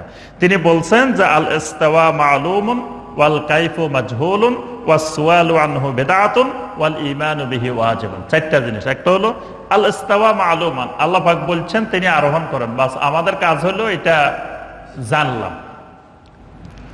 ওয়াল কাইফু মাজহুলুন, কিভাবে আরোহণ করেন এটা আমাদের অজানা, এটা আমরা জানি না, এটা আল্লাহ বলছেন আল্লাহ জানে। আল্লাহ তো ব্যাখ্যা করেন নাই, বিস্তারিত বর্ণনা দেন নাই, তাহলে আমরা জানবো কিভাবে? সুতরাং এটা জানার দরকার নাই, এই জন্য আল্লাহ জানান নাই। যদি দরকার হইতো আল্লাহ জানাই দিতেন বিস্তারিত। ওয়াসওয়ালু আনহু বিদআতুন, এখন এটা নিয়ে আবার আপনি প্রশ্ন করলেন, আমাকে জিজ্ঞাসা করলেন যে শায়েখ, যে আল্লাহ যে বলছেন আর রহমানু আলাল আরশি ইস্তাওয়া, আরশের উপরে আরোহণ করেন, কেমনে করেন? আল্লাহ রাত্রিতে, শেষ রাত্রিতে প্রথম আকাশে নেমে আসেন, তখন তো আরশ খালি পড়ে থাকে। নাউজুবিল্লাহ, কি বলেন? আল্লাহ শেষ রাত্রে প্রথম আকাশে নেমে আসে বলছেন না? এটা তো সহিহ হাদিসে আসছে। তো প্রথম আকাশে চলে আসলে আরশ তো খালি, আবার প্রথম আকাশে আসলে তো 24 ঘন্টাই শেষ রাত্রি। পৃথিবীর এক জায়গায় না এক জায়গায় 24 ঘন্টা শেষ রাত্রি আছে না? তাহলে তো আল্লাহ মানে 24 ঘন্টাই থাকতে হয় কোথায়? প্রথম আকাশে। তাহলে আরশে কেমনে, কখন আরোহণ করলো, সময় পাইলো কখন? নাউজুবিল্লাহ। মানে মাখলুকের সাথে কোনো বিষয়ে এই জাতীয় চিন্তা কল্পনা করা যাবে না, এজন্য কোনো প্রশ্ন করা যাবে না। এই জাতীয় প্রশ্নগুলা করাটাই কুফরি। ওয়াল ঈমানু বিহি ওয়াজিবুন, এর উপরে ঈমান আনা ফরজ। আল্লাহ যেভাবে বলছেন আরোহণ করেন, বাস আরোহণ করেন, এর বাইরে আমার আর জানার দরকার নেই। এটার উপরে ঈমান আনা ফরজ। এটাই হলো আহলুস সুন্নাহ ওয়াল জামাতের আকীদা। কিন্তু পরবর্তীতে এসে আশায়েরা মাতুরিদিয়ারা আল্লাহ সুবহানাহু ওয়া তাআলার 8টা সিফাতকে তারা স্বীকার করে নিল, বাকি সিফাতগুলোর তারা ব্যাখ্যা শুরু করলো। যে 8টা সিফাত মেনে নিছে, এটার একটা হলো হায়াত, কুদরত, ইলম, ইরাদা, সাম, বাসার, কালাম, তাকবীর। এই 8টা তারা কোনো ব্যাখ্যা করেন না। মানে আমরা যে এই বাংলাদেশে যারা আছি, তারা এই 8টার ক্ষেত্রে কোনো ব্যাখ্যা করি না, কিন্তু বাকি আল্লাহর যত সিফাত আছে সবগুলোর ব্যাপারে আমরা ব্যাখ্যা করি। ব্যাখ্যা করে আল্লাহর ওই সিফাতকে দিয়ে অন্য কিছু বুঝাই। এজন্য জাহাম বিন সফওয়ান এই ব্যাখ্যার জন্যই সে এই মতবাদ আবিষ্কার করছে যে আল্লাহ নিরাকার। এটা জাহাম বিন সফওয়ানের আবিষ্কার। কিন্তু বাংলাদেশের দেখবেন অধিকাংশ মুসলিম বিশ্বাস করে যে আল্লাহ নিরাকার, আল্লাহ সর্বত্র বিরাজমান, এটা বিশ্বাস করে।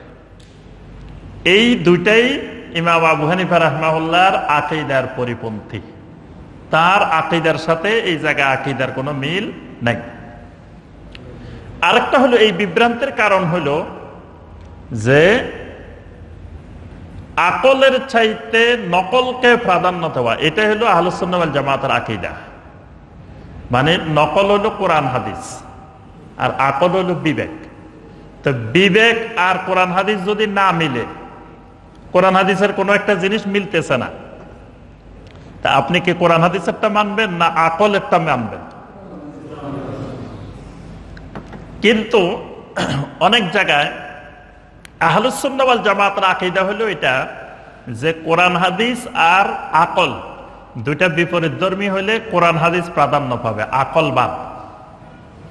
কিন্তু এই গুমরাহির মূল কারণ হলো কেউ কেউ মনে করতেছে না, কোরআন হাদিসের সাথে যদি আকল প্রতিদ্বন্দ্বী হয় তাহলে আমাকে অগ্রাধিকার দিতে হবে আকলকে। এই আকলকে অগ্রাধিকার দিতে গিয়ে এই বিভ্রান্তির শিকারে পরিণত হয়েছে। যে আকলকে যুক্তি দিয়ে, যুক্তিবিদ্যা দিয়ে, লজিক দিয়ে, বিবেক দিয়ে যখন কোরআন আর সুন্নাহকে তুলনা করা হয়, মাপা হয়, কিয়াস করা হয়, বোঝার চেষ্টা করা হয়, তখন এই গুমরাহি।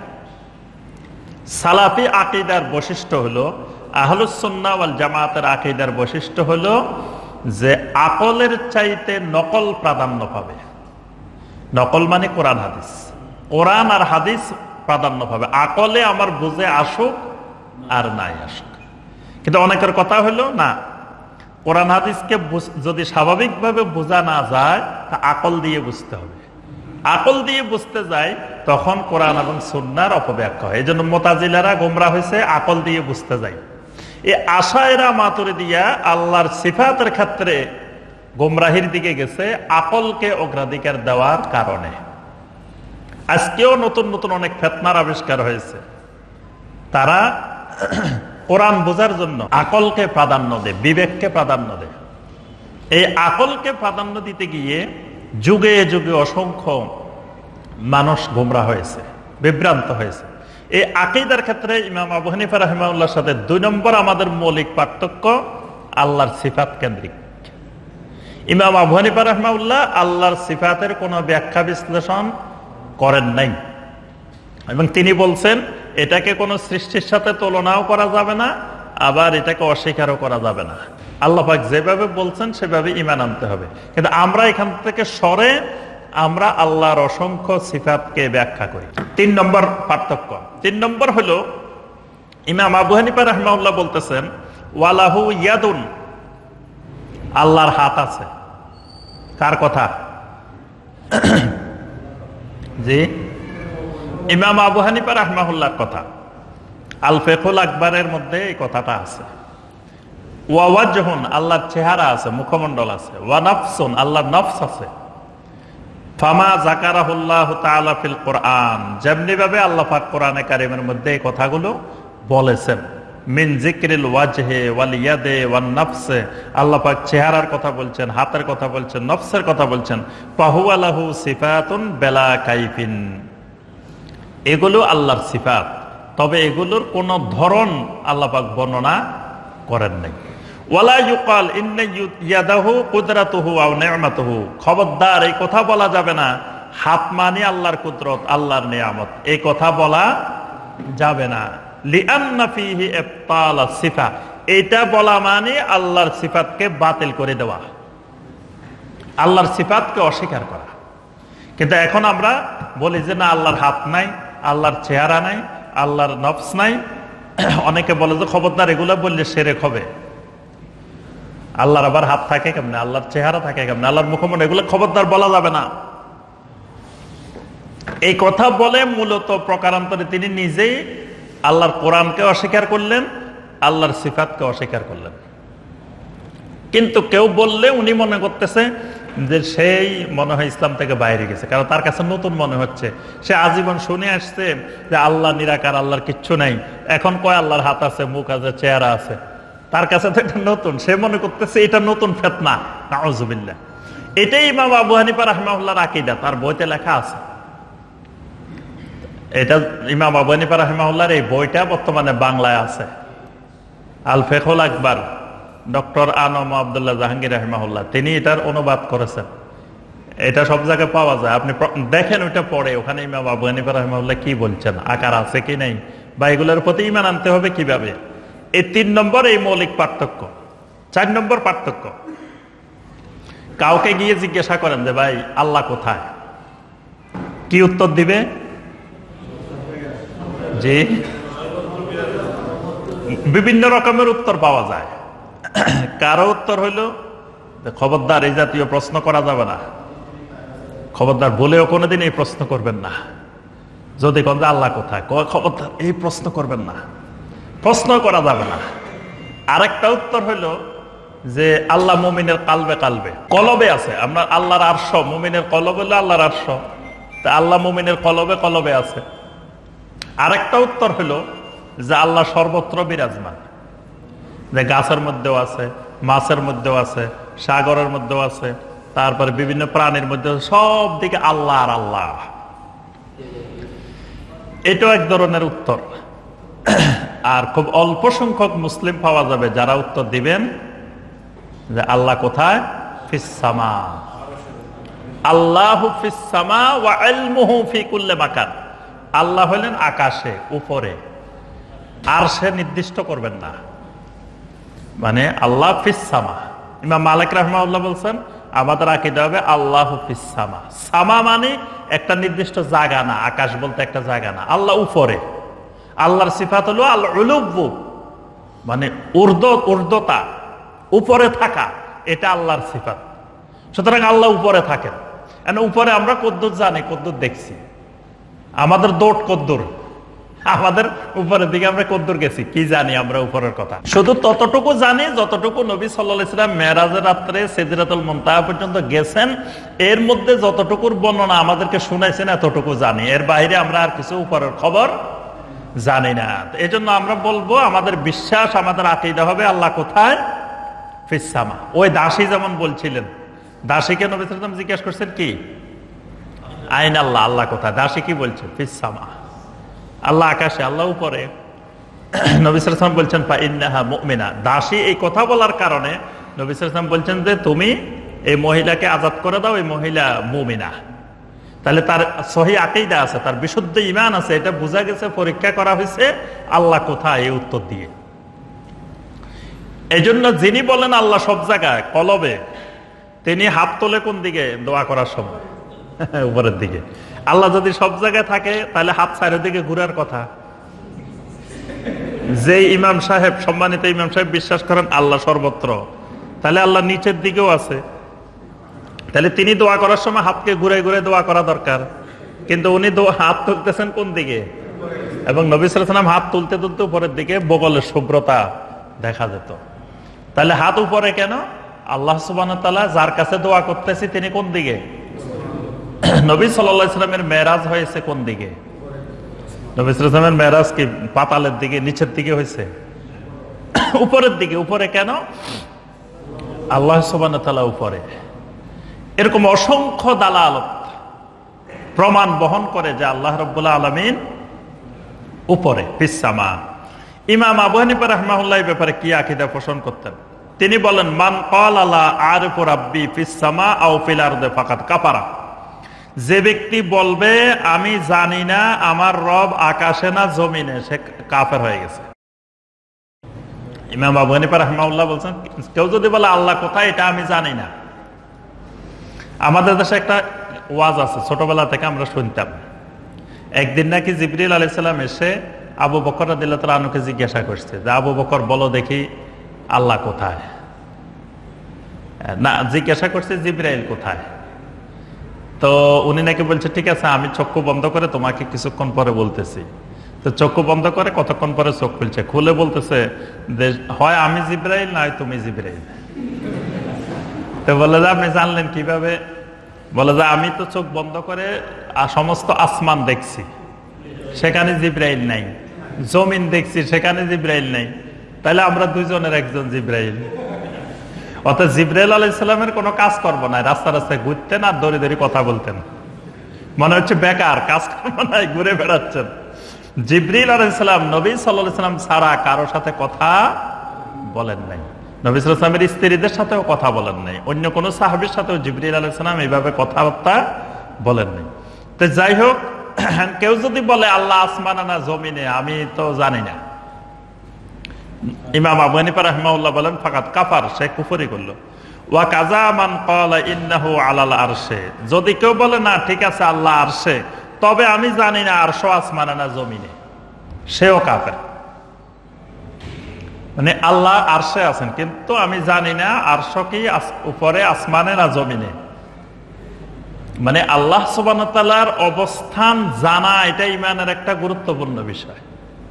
আল্লাহ কোথায় এটা জানতে হবে। এটা অপ্রয়োজনীয় বিনা দরকারি জিনিস না, নফল জিনিস না, অতিরিক্ত জিনিস না, কিন্তু এটা আমাদের দেশে অপ্রয়োজনীয় জিনিস।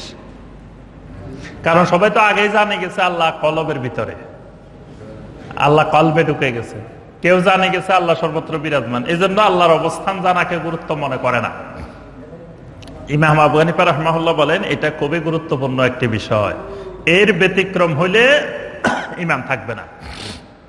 তাহলে এই জায়গায় এই 4 নম্বর মৌলিক পার্থক্য এই আকীদার ক্ষেত্রে, যে আমরা আল্লাহর অবস্থান থেকে ইমাম আবু হানিফা রাহিমাহুল্লাহ যে আকীদা পোষণ করতেন সেই আকীদা থেকে আমরা সরে গেছি, এখানে আমাদের মিল নেই। 5 নম্বর মৌলিক পার্থক্য কোন জায়গায়? ইমাম আবু হানিফা রাহিমাহুল্লাহ বলেন ওয়ালা নাযকুরু সাহাবাতা ইল্লা বিখায়র। আমরা কোন সাহাবীর কল্যাণকর জিনিস ছাড়া, ভালো ছাড়া আর কিছু উল্লেখ করব না।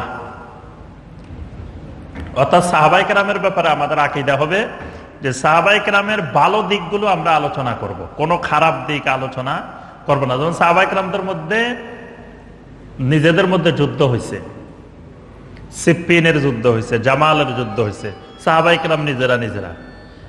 সেখানে এক দলকে দোষী করা, আরেক দলকে নির্দোষ মনে করা, কিছু সাহাবাকে অভিযুক্ত করা, কিছু সাহাবাকে অভিযুক্তবিহীন করা, এগুলো আমরা করব না। এটা আহলুস সুন্নাহ ওয়াল জামাতের আকীদার পরিপন্থী। মুআবিয়া রাদিয়াল্লাহু তাআলা আনহু, আলী রাদিয়াল্লাহু তাআলা আনহু, এদের আলোচনা পর্যালোচনা করা, যে মুআবিয়া রাদিয়াল্লাহু তাআলা আনহুকে অভিযুক্ত করা একজন সাহাবীকে বা আরো অন্য কোন সাহাবীকে, এটা আহলুস সুন্নাহ ওয়াল জামাতের আকীদার পরিপন্থী। আজকে দেখবেন অনেকেই এই আকীদা থেকে সরে গেছে, সাহাবায়ে কেরামের সমালোচনা করে, অনেক সাহাবীকে তারা বিভিন্নভাবে দোষারোপ করে, মুআবিয়া রাদিয়াল্লাহু তাআলা আনহুকে অনেকে দোষারোপ করে। এটাই ইমাম আবু হানিফা রাহিমাহুল্লাহর আকীদার সাথে মিল নেই, পরিপন্থী। ইমাম আবু হানিফা রাহিমাহুল্লাহ আরো বলেন, ওয়ালা নুকাফিরু মুসলিমান বিযামবিন মিনাজ যুনুব ওয়া ইন কানাত কাবীরা ইযা লাম ইস্তাহিল্লাহা। আমরা কোন মুসলিমকে কখনো কাফের সাব্যস্ত করব না, যতই সে কবিরা গুনাহ করুক। তার গুনাহের কারণে কোন মুসলিমকে আমরা কাফের বলবো না, যতক্ষণ না সে কোন হারামকে হালাল ঘোষণা না দেয়। হারামকে হালাল করলো, হালালকে হারাম ঘোষণা দিল, ততক্ষণ পর্যন্ত আমরা তাকে কোন গুনাহের কারণে কাফের বানাবো না। আজকে দেখবেন ইমাম আবু হানিফা রাহিমাহুল্লাহর অনুসারীরা কথায় কথায় কাফের ফতোয়া দেয়, একটু বেশ কম হলে একজন আরেকজনকে কাফের, অমুক কাফের, অমুক কাফের, অমুক কাফের, সব গড়ে কাফের।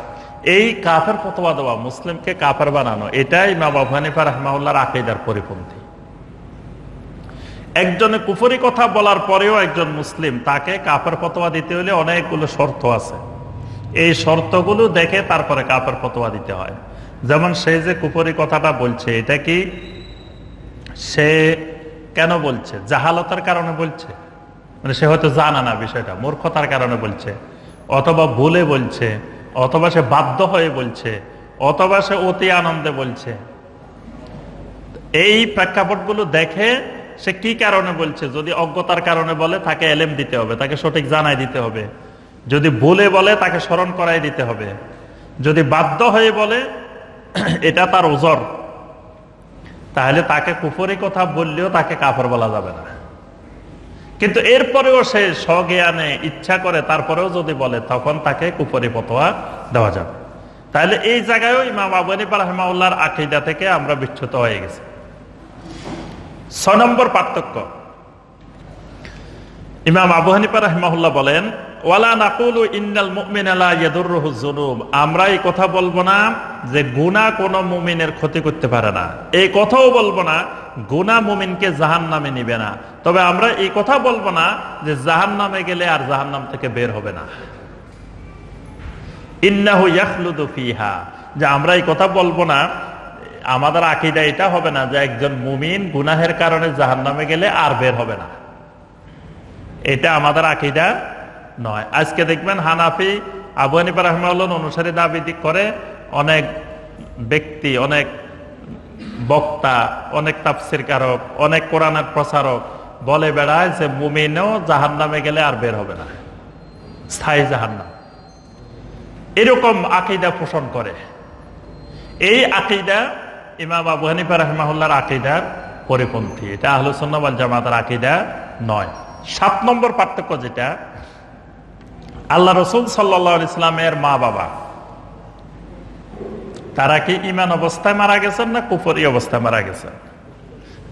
ইমাম আবু হানিফা রাহিমাহুল্লাহ আল ফিকহুল আকবরের মধ্যে বলেন, ওয়া ওয়ালিদা রাসূলিল্লাহি সাল্লাল্লাহু আলাইহি ওয়াসাল্লাম মাতা আলাল কুফরে, যে আল্লাহ রাসূল সাল্লাল্লাহু আলাইহি ওয়াসাল্লামের আম্মা আব্বা দুইজনে কুফরির উপরে মৃত্যুবরণ করেছেন। এটাই হলো আহলুস সুন্নাহ ওয়াল জামাতের আকীদা। ওয়া আবু তালেব আম্মুহু সাল্লাল্লাহু আলাইহি ওয়াসাল্লাম ওয়া আবু আলী রাদিয়াল্লাহু তাআলা আনহু মাতা কাফেরান। আবু তালেব, যিনি নবী সাল্লাল্লাহু আলাইহি ওয়াসাল্লামের চাচা, আলী রাদিয়াল্লাহু তাআলা আনহুর বাবা, মাতা কাফেরান, তিনিও কাফের অবস্থায় মৃত্যুবরণ করেছেন। এখন প্রথম কথা হলো নবী সাল্লাল্লাহু আলাইহি ওয়াসাল্লামের মা বাবা। নবী সাল্লাল্লাহু আলাইহি ওয়াসাল্লামের মা বাবার ব্যাপারে 3টা মত পাওয়া যায়। একটা মত হলো যে তারা কুফর অবস্থায় মৃত্যুবরণ করছেন, আরেকটা মত হলো তারা কুফর অবস্থায় মৃত্যুবরণ করছেন, কিন্তু পরবর্তীতে নবী সাল্লাল্লাহু আলাইহি ওয়াসাল্লাম তাদের কবরের সামনে গেছেন, তাদেরকে কবর থেকে তুলে আনা হয়েছে, তারা ঈমান আনছে আবার মরে গেছে। 3 নম্বর মত হলো তারা জাহেলি যুগে মারা গেছে, তখন কোন নবী রাসূল আসে নাই, এই জন্য আল্লাহ পাক তাদেরকে মাফ করে দিয়েছেন। কয়টা মত? এই ক্ষেত্রে সবচেয়ে বিশুদ্ধ মত হলো যেটা, মানে যে ব্যাপারে কোরআন এবং হাদিস দলিল পাওয়া যায়, সেটা হলো বিশুদ্ধ দলিল যেটা পাওয়া যায়, সেটা হলো তারা কুফরি অবস্থায় মৃত্যুবরণ করেছে। এখন কুফরি অবস্থায় মৃত্যুবরণ করছেন, এটা আমরা পাইলাম কোথায়, কিভাবে জানলাম? মোল্লা আলী কারি রাহমাহুল্লাহ একটা বই রচনা করছেন শুধু, যে আদিল্লাতু মুতাকিদে আবি হানিফা আল আজম ফি আবওয়াই রাসূল সাল্লাল্লাহু আলাইহি ওয়াসাল্লাম, যে রাসূল সাল্লাল্লাহু আলাইহি ওয়াসাল্লামের মা বাবার ব্যাপারে ইমাম আবু হানিফা রাহমাহুল্লাহর আকীদা, যে তারা কুফরি অবস্থায় মৃত্যুবরণ করছেন, এই ব্যাপারে দলিল প্রমাণ, এটার উপরে মোল্লা আলী কারি রাহমাহুল্লাহ একটা বই রচনা করছেন শুধু। অর্থাৎ ইমাম আবু হানিফা রাহমাহুল্লাহর আকীদা হলো তারা কুফরি অবস্থায়, কাফের অবস্থায় মারা গেছে। এবং সহিহ মুসলিমের হাদিস, আনাস রাদিয়াল্লাহু তাআলা বর্ণনা করছেন, এক ব্যক্তি এসে বলল, ইয়া রাসূলুল্লাহ আইনা আবি, আমার বাবা কোথায়? ক্বালা ফিন্নার, আল্লাহ রাসূল সাল্লাল্লাহু আলাইহি ওয়াসাল্লাম বললেন, তোমার বাবা জাহান্নামে। ফালাম্মা কাফফা দাআহু, এই লোকটা একেবারে কাঁদতে কাঁদতে, মানে বাবা জাহান্নামে, এরপরে তিনি বিদায় নিচ্ছিলেন, চলে যাচ্ছিলেন, আল্লাহ রাসূল সাল্লাল্লাহু আলাইহি ওয়াসাল্লাম তাকে আবার ডাকলেন, ডেকে বললেন, ইন্না আবি ওয়া আবাকা ফিন্নার, তুমি কাঁদো কেন, এত বিচলিত হচ্ছ কেন? আমার বাবা তোমার বাবা দুজনেই তো জাহান্নামে। তাহলে সহিহ মুসলিমের এই হাদিসে আল্লাহ রাসূল সাল্লাল্লাহু আলাইহি ওয়াসাল্লাম স্পষ্ট বলে দিলেন, আমার বাবা তোমার বাবা। মায়ের ব্যাপারে নবী সাল্লাল্লাহু আলাইহি ওয়াসাল্লাম একবার আসতেছিলেন, যেখানে মায়ের কবর, সাহাবায়ে কেরামকে রেখে নবী সাল্লাল্লাহু আলাইহি ওয়াসাল্লাম গেলেন, গিয়ে কবরের স্থানে গিয়ে জোরে জোরে চিৎকার করে কাঁদতেছিলেন। সাহাবায়ে কেরাম দৌড়াই গেলেন যে নবী সাল্লাল্লাহু আলাইহি ওয়াসাল্লাম কোনো বিপদে পড়ছেন কিনা। যাওয়ার পরে দেখলেন যে নবী সাল্লাল্লাহু আলাইহি ওয়াসাল্লাম আল্লাহর কাছে ফরিয়াদ করতেছেন, আল্লাহ, যে আমাকে আমার মায়ের জন্য দোয়া করার অনুমতি দেন।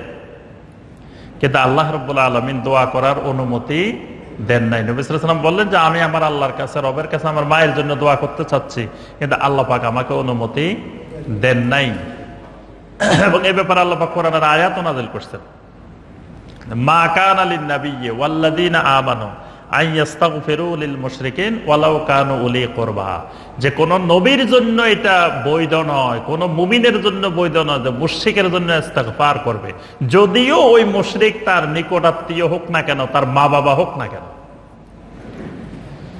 তাহলে এই সকল দলিল দিয়ে ইমাম আবু হানিফা রাহিমাহুল্লাহ বলছেন যে তারা কুফরি অবস্থায় মৃত্যুবরণ করছেন, এটাই দলিল। তবে খতিবে বাগদাদি একটা হাদিস উল্লেখ করছে, যেটা দিয়ে আমাদের দেশে অনেকেই বলে যে নবী সাল্লাল্লাহু আলাইহি ওয়াসাল্লামের মা বাবাকে কবর থেকে তুলে ইসলাম গ্রহণ করাইছেন।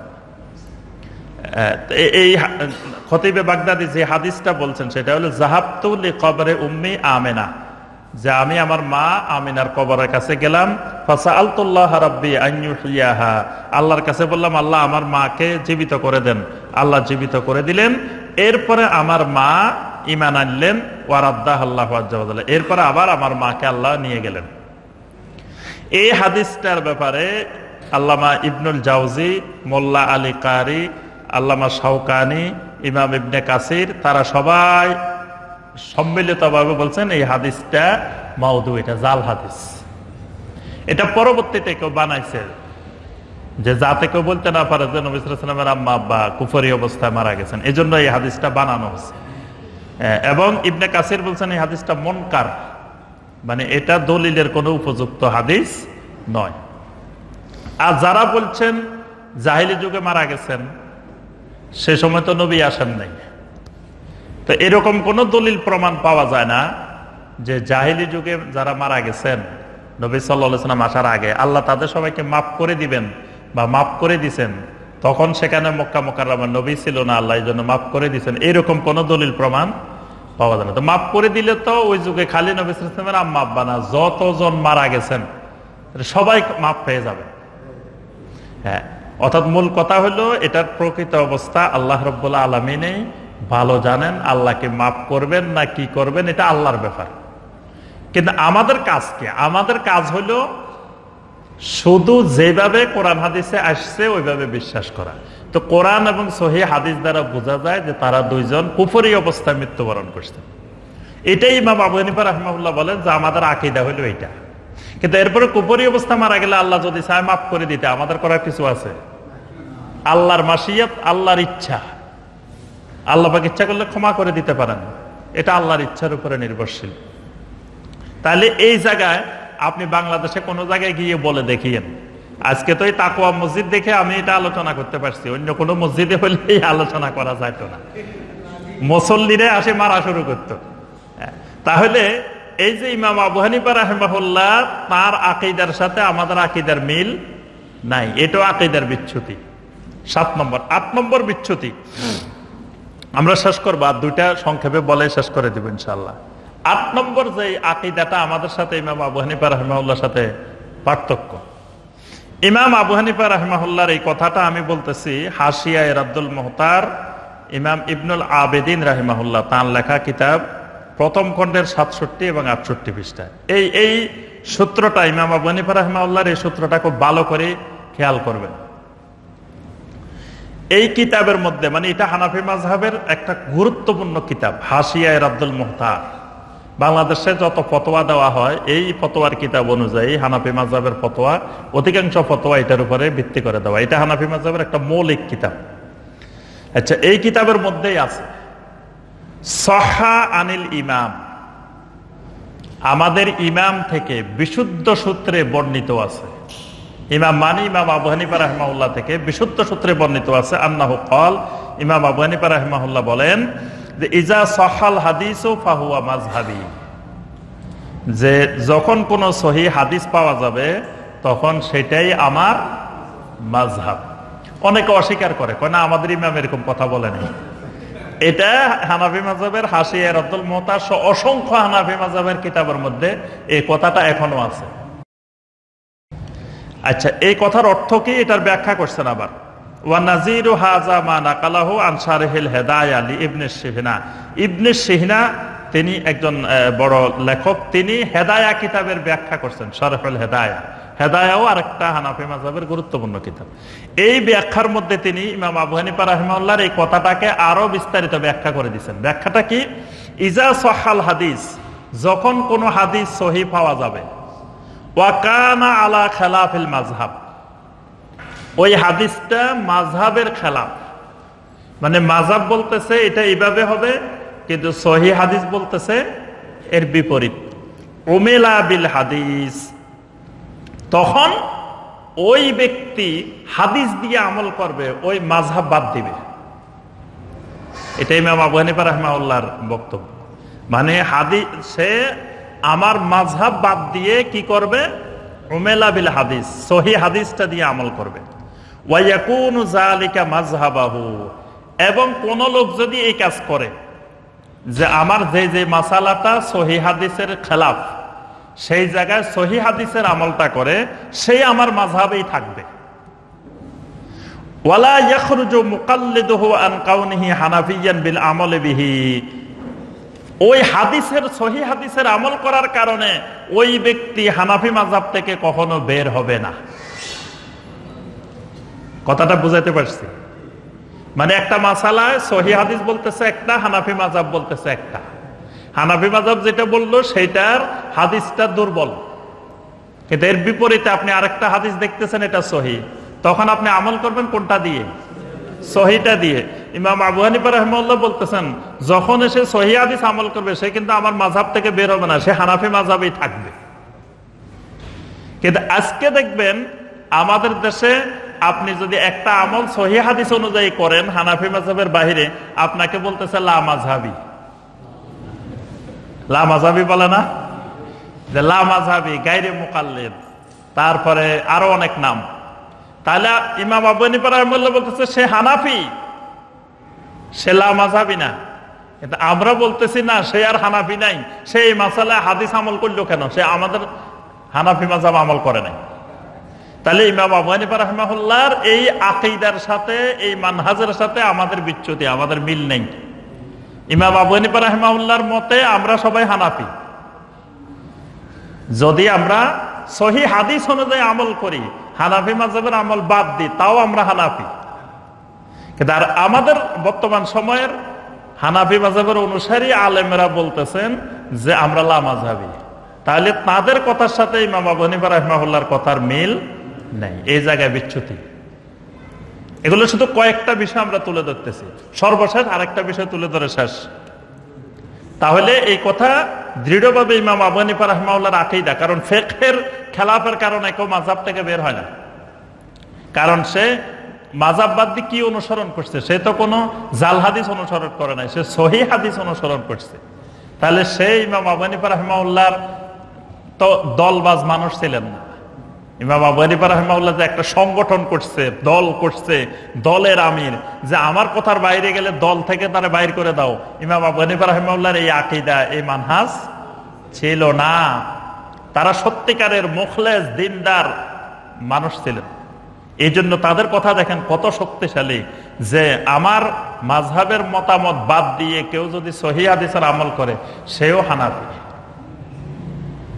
কারণ সে আল্লাহ রাসূলের হাদিসকে আমল করছে, সে তো এর বাইরে কিছু আমল করে নাই।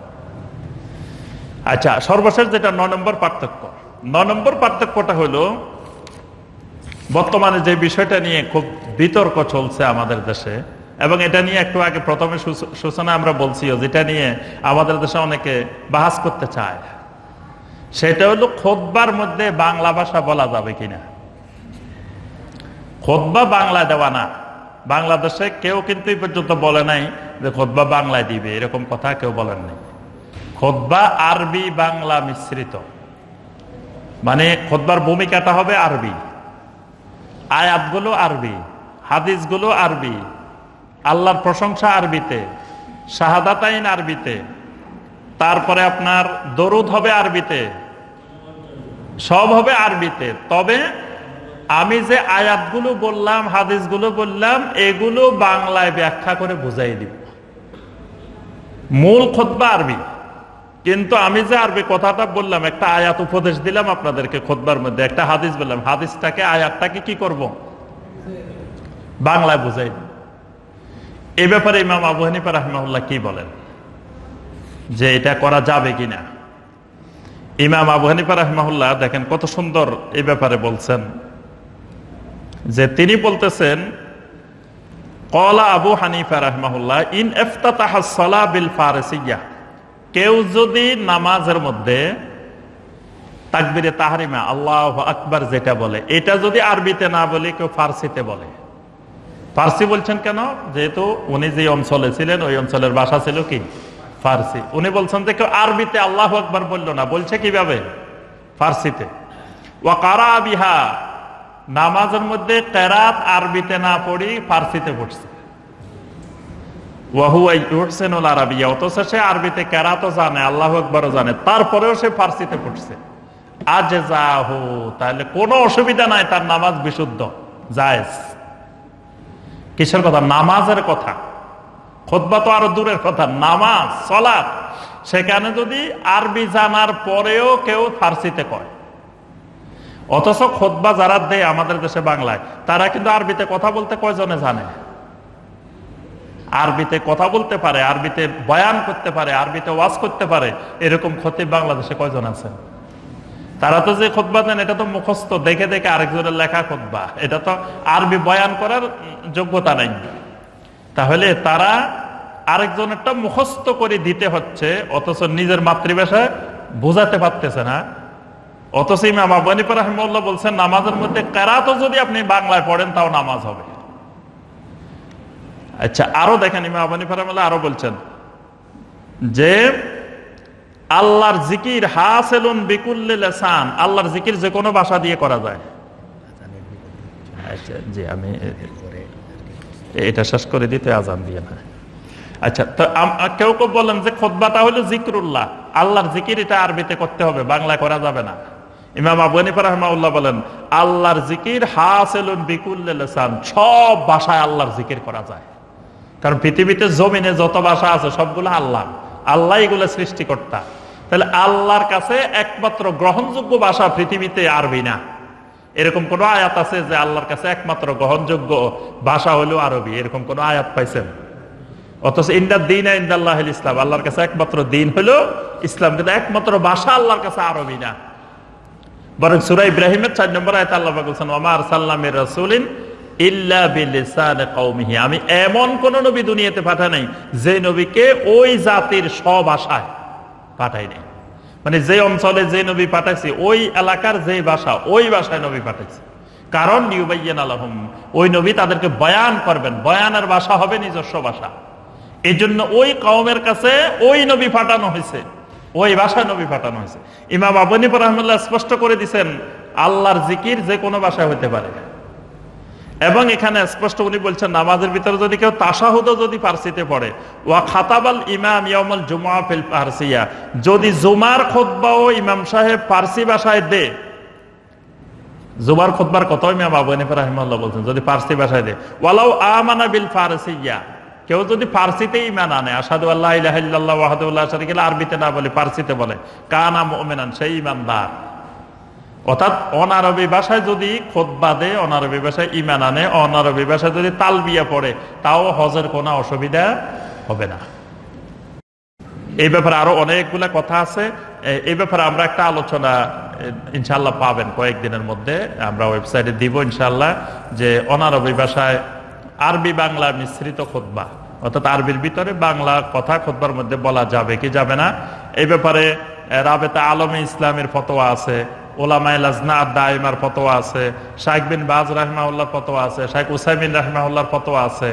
তারপরে আপনার হানাফি মাযহাবের মিশর, সিরিয়া, তুরস্ক, আরবের যত হানাফি মাযহাবের আলেম আছে তাদের সবার মত যে সর্বাবস্থায় স্ব ভাষায় খুতবা দেওয়া যাবে, কোনো অসুবিধা নেই।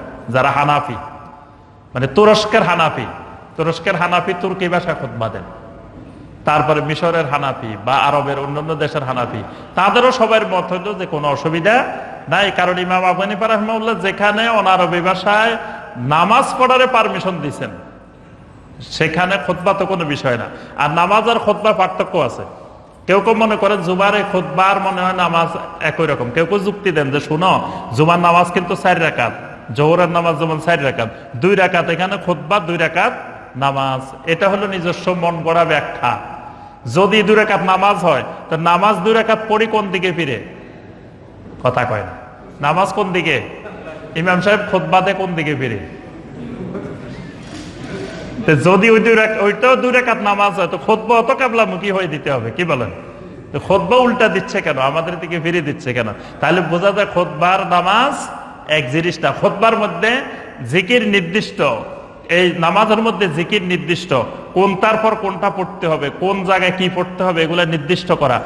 খুতবার মধ্যে এগুলো নির্দিষ্ট করা নাই। এরকম অসংখ্য পার্থক্য আছে খুতবার মধ্যে।